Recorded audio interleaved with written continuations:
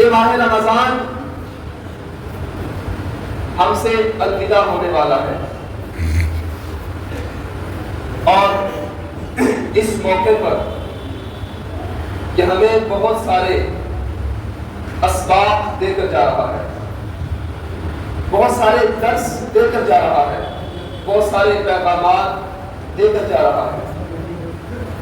یہ رمضان آتا ہے، ہمیں بہت ساری بھولی ہوئی چیزیں جن کو ہم بھول جاتے ہیں وہ یاد دلاتا ہے، ہمیں اپنا مقصد یاد دلاتا ہے کہ ہم اس دنیا میں کیوں آئے ہیں، ہمارا اس دنیا میں آنے کا مقصد کیا ہے۔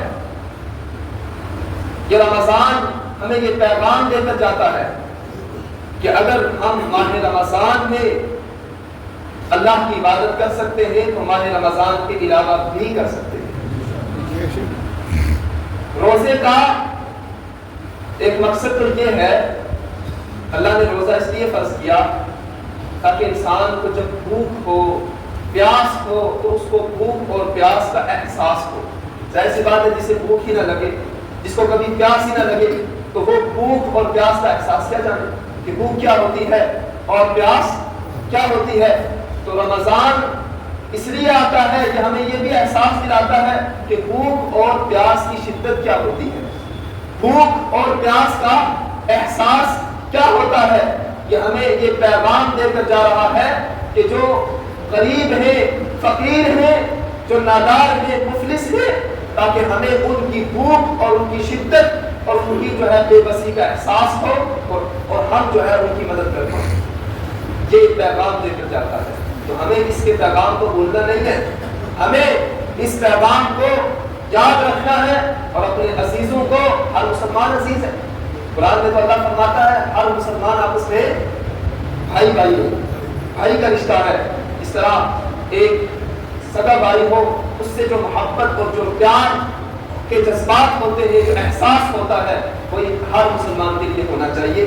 یہ ہمارے دین کا پیغام ہے۔ تو جب ہر مسلمان آپس میں بھائی بھائی ہیں تو ہمیں دوسرے کی تکلیف کا احساس ہونا چاہیے، دوسرے کی پریشانی کا احساس ہونا چاہیے، اس کی بھوک اور اس کی پیاس کا احساس ہونا چاہیے، اور اس وجہ سے ہمیں ان کی قدر کرنی چاہیے اور ان کی مدد کرنی چاہیے، پریشانی میں ان کے کام آنا چاہیے۔ یہ پیغام دے کر جا رہا ہے ہمارے رمضان کہ پورے سال ہمیں ایسے لوگوں کی مدد کرنی ہے، اور یہ بھی پیغام دے کر جاتا ہے کہ انسان کا مقصد کیا ہے۔ صرف ماہ رمضان میں ہی عبادتیں نہیں ہیں، صرف رمضان میں ہی نماز فرض نہیں ہے، نماز پورے سال فرض ہے۔ اگر ہم رمضان میں صبح اٹھ کر نماز پڑھ سکتے ہیں فجر کی، تو ہم پورے سال بھی پڑھ سکتے ہیں۔ ہم نے اپنا لائف سٹائل چینج کر دیا ہے، یہ انگریز کی دی ہوئی غلامی ہے۔ اگر کسی کی نوکری ہو، اسے ملازمت کے لیے صبح اٹھ کر جانا ہو، تو وہ اپنے وقت کا بڑا پابند ہوتا ہے۔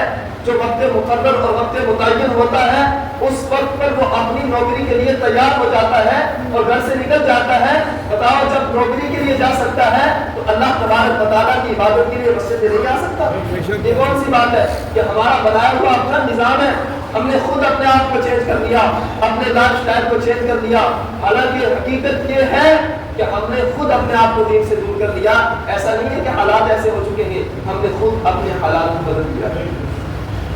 علامہ اقبال کہتے ہیں خدا نے آج تک اس قوم کی حالت نہیں بدلی، نہ ہو جس کو خیال خود اپنی حالت بدل لے گا۔ تو ہم خود ہی اپنے حالات کو چینج کرتے ہیں، خود ہی اپنے آپ کو اس طرح بنا لیتے ہیں کہ اپنے حالات ایسے بن جاتے ہیں۔ تو میرے عزیزوں، ہم دنیا میں بے مقصد نہیں آئے، اس دنیا میں آنے کا ہمارا مقصد ہے۔ رب ذوالجلال نے ہر چیز کو با مقصد بنایا ہے۔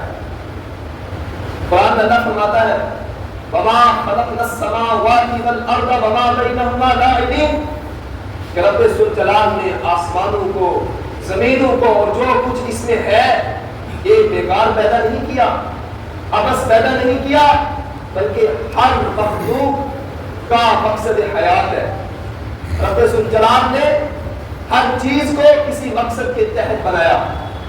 تو بتاؤ جب ہر چیز کا کوئی نہ کوئی مقصد ہے, قرآن میں اللہ بیان کرتا ہے, تو جب افضل المخلوقات اشرف المخلوقات انسان ہے, کیا اس کا کوئی مقصد حیات نہیں ہوگا؟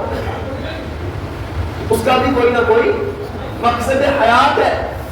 تو وہ مقصد حیات کیا ہے؟ کیوں ہم دنیا میں آئے؟ اللہ نے ہمیں کیوں پیدا کیا؟ کیا صرف کھانا, کمانا, دنیا میں رہنا یہ ہماری زندگی کا مقصد ہے؟ یہ تو ہماری زندگی کا مقصد ہرگز نہیں ہے. بلکہ اگر ہم دوسری مخلوقات پر غور و فکر کرتے ہیں تو ان چیزوں میں تو ہم سے آگے. ایک دن شیر جتنا گوشت کھاتا ہے, انسان پورے مہینے اتنا نہیں کھاتا. تو کہ کھانا انسان کا مقصد ہے؟ ایسا تو ہرگز نہیں. تو پھر کیا ہے مقصد حیات؟ مقصد حیات انسانی کیا ہے؟ اللہ نے انسان کو کیوں پیدا کیا؟ رب ذوالجلال نے اس کو قرآن مقدس میں بیان فرمایا کہ الذی خلق الموت والحیات لیبلوکم ایکم احسن عملا. رب ذوالجلال نے حیات اور موت کو اس لیے بنایا, پیدا اس لیے کیا تاکہ وہ تمہیں آزمائے کہ تم میں کون اچھے اعمال والا ہے, کون تم میں اچھے اعمال والا ہے.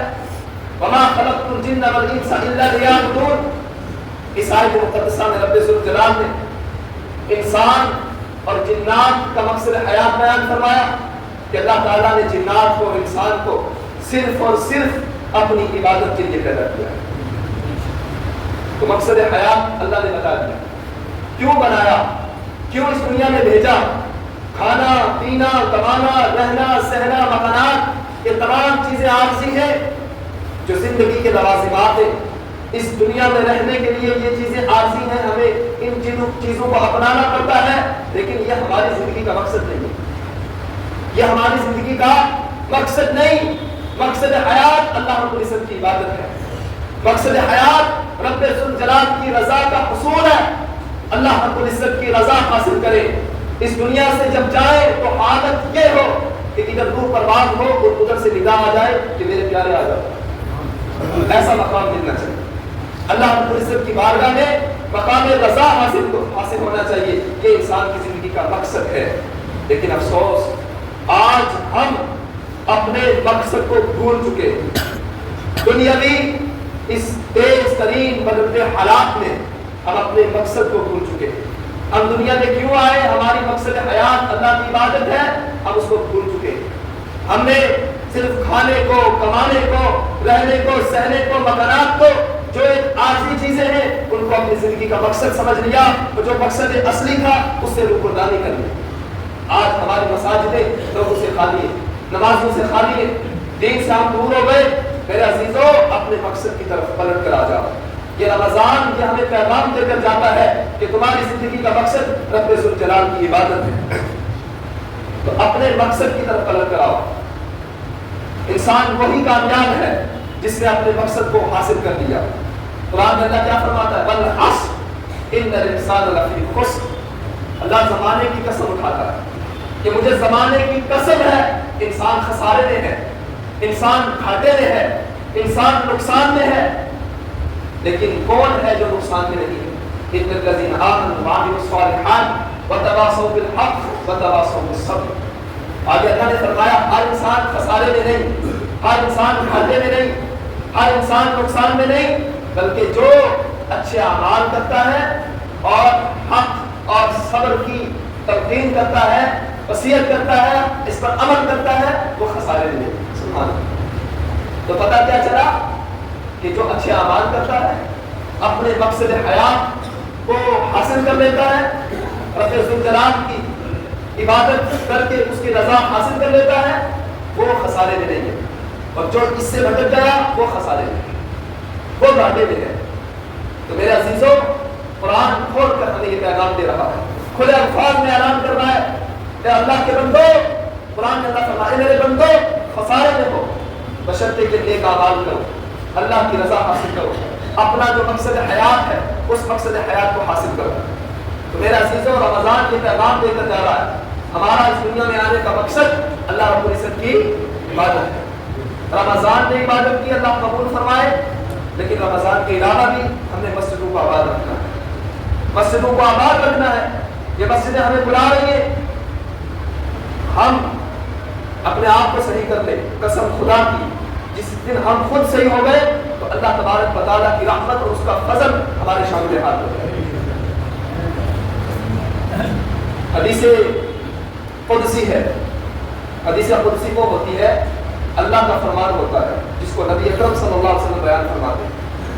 ترمذی شریف میں حدیث قدسی ہے، نبی اکرم صلی اللہ علیہ وسلم ارشاد فرماتے ہیں کہ اللہ ارشاد فرماتا ہے کہ اے میرے بندے، تو میری عبادت کے لیے فارغ ہو جا، میں تیرے دل کو غنا سے بھر دوں گا، اللہ اکبر، غنا سے بھر دوں گا اور تجھے مصروفیات سے میں ریاض کر دوں گا، اللہ اکبر، تیرے لیے محتاجی کا دروازہ بند کر دوں گا، تو میرے لیے فارغ ہو جا، میری عبادت کے لیے فارغ ہو جا، اور اگر تو ایسا نہیں کرے گا تو میں تیرے لیے محتاجی کا دروازہ کھول دوں گا اور مصروفیات کا دروازہ بھی کھول دوں گا۔ آج ایسا کیا ہوتا ہے کہ ہم اپنا مقصد ہی بھول جاتے ہیں، جو خدا کو بھول جاتا ہے وہ اپنے آپ کو بھول جاتا ہے۔ یہ حدیث میں درس دیکھیں، جو لوگ اپنے آپ کو بھول گئے، اپنے مقصد کو بھول گئے، اپنی حقیقت کو ہی بھول گئے، کیوں؟ کیونکہ انہوں نے اللہ تبارک و تعالیٰ کو بھولا۔ یہ حدیث یہ پیغام دیتی ہے کہ جو لوگ خدا کو بھول جاتے ہیں وہ اپنے آپ کو بھی بھول جاتے ہیں۔ تو اللہ فرماتا ہے تم اپنے آپ کو میری عبادت کے لیے فارغ بنا لو، میرے لیے اپنے آپ کو فارغ کر دو، تو میں تمہیں مصروفیات سے میں ریاض کر دوں گا۔ سبحان اللہ، قدرتی طور پر نظام ایسا بنتا جائے گا، حالات ایسے بنتے جائیں گے کہ تمہیں عبادتوں کا وقت ملنے لگے گا، تمہیں دل لگنے لگے گا، اللہ تبارک و تعالیٰ کی طرف تمہاری طبیعت مائل ہونے لگے گی۔ لیکن جب تم خود ہی دور ہو جاؤ گے تو پھر تمہارے لیے محتاجی کا دروازہ بھی کھل جائے گا اور مصروفیات کا دروازہ بھی کھل جائے گا۔ تو جتنا ہم اللہ کی عبادت سے دور ہوتے جائیں گے اسی قدر ہمارے لیے نظام ویسا ہی بنتا جائے گا۔ تو میرے عزیزوں، یہ انسان کی زندگی کا مقصد ہے اللہ تبارک و تعالیٰ کی عبادت، اور اس کو مد نظر رکھو، وہی بندہ کامیاب ہے دنیا میں جس نے اپنی مقصد حیات کو حاصل کر لیا۔ اور قرآن مقدس میں دوسرے مقامات پر اللہ تبارک و تعالیٰ ارشاد فرماتا ہے قُلْ إِن كُنتُمْ تُحِبُّونَ اللَّهَ فَاتَّبِعُونِي يُحْبِبْكُمُ اللَّهُ۔ ہر بندہ یہ چاہتا ہے نا کہ وہ اللہ تبارک و تعالیٰ کی رضا حاصل کرے، ہر انسان کا یہ مقصد ہے کہ ہمیں اللہ کی رضا مل جائے، اللہ تبارک و تعالیٰ ہم سے محبت کرنے لگ جائے۔ تو وہ کیسے ہوگا؟ کیا فارمولہ ہے، کیا راستہ ہے، کیا سوچ ہے اس کا، کس طریقے سے ہم یہ مقام حاصل کریں کہ اللہ ہم سے راضی ہو جائے اور وہ ہم سے محبت کرنے لگ جائے؟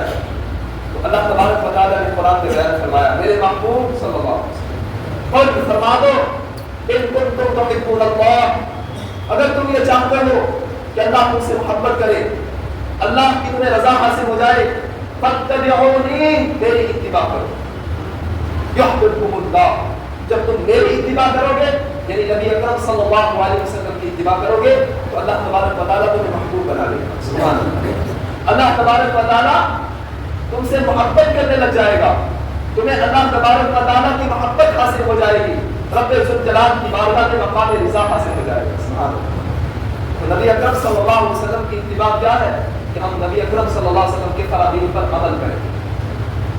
رمضان ایک ہمیں یہ بھی پیغام دے کر جاتا ہے، ہم بھوک میں ہوتے ہیں، پیاس میں ہوتے ہیں اور تنہائی ہوتی ہے، کوئی دیکھ بھی نہیں رہا ہوتا، اس کے باوجود ہم کوئی چیز کھاتے نہیں، پیتے نہیں، کیوں؟ اللہ دیکھ رہا ہے، ایسا ہی ہے نا، اللہ دیکھ رہا ہے۔ یہ جو توکل رب ذوالجلال کی بارگاہ اللہ کی ذات پر ہمیں رمضان میں حاصل ہوتا ہے، یہ تو رمضان کے علاوہ نہیں ہونا چاہیے۔ ان اللہ بصیر بما تعملون، اللہ تو ہر چیز کو جانتا ہے جو ہم کرتے ہیں۔ وَإِذَا بُعْثِرَ مَا فِي الْقُبُورِ وَحُصِّلَ مَا فِي الصُّدُورِ، قیامت کے دن تو ہمارے دلوں میں جو راز پنپتے ہیں، جو ہمارے ذہنوں میں تخیلات ابھرتے ہیں، وہ بھی سارے سامنے لا کے رکھ دیے جائیں گے کہ تمہارے ذہن میں یہ تھا، تمہارے ذہنوں میں یہ تھا، تمہارے خیالات ایسے تھے، تمہارے دل میں ایسے ایسی باتیں تھیں، تو اللہ تو اتنی باتیں جانتا ہے، تو پھر اگر رمضان میں ہمیں یہ توقع حاصل ہو جاتا ہے اللہ ہمیں دیکھ رہا ہے، تو ہمارے رمضان کی علاوہ بھی ہونا چاہیے۔ جب ہم گناہ کریں، گناہ کا خیال آئے، تو اس وقت یہ بات یاد آ جانی چاہیے کہ اللہ ہمیں دیکھ رہا ہے۔ جس بندے کو یہ سعادت حاصل ہو جاتی ہے کہ اللہ مجھے دیکھ رہا ہے، تو گناہوں سے محفوظ ہو جاتا ہے۔ تو ماہ رمضان یہ پیغام بھی لے کر جا رہا ہے کہ اس توقع کو جو ہے زندہ رکھو، اس بات کو ہمیشہ یاد رکھو کہ اللہ تمہیں دیکھ رہا ہے۔ ہمیں کوئی بھی برا کام کرنے سے پہلے یہ بات یاد آ جانی چاہیے کہ اللہ ہمیں دیکھ رہا ہے۔ اللہ تبارک و تعالیٰ ہم سب کو عمل کی توفیق عطا فرمائے، ہم سب کو اپنے مقصد حیات کو یاد رکھنے کی توفیق عطا فرمائے، اس کو حاصل کرنے کی توفیق عطا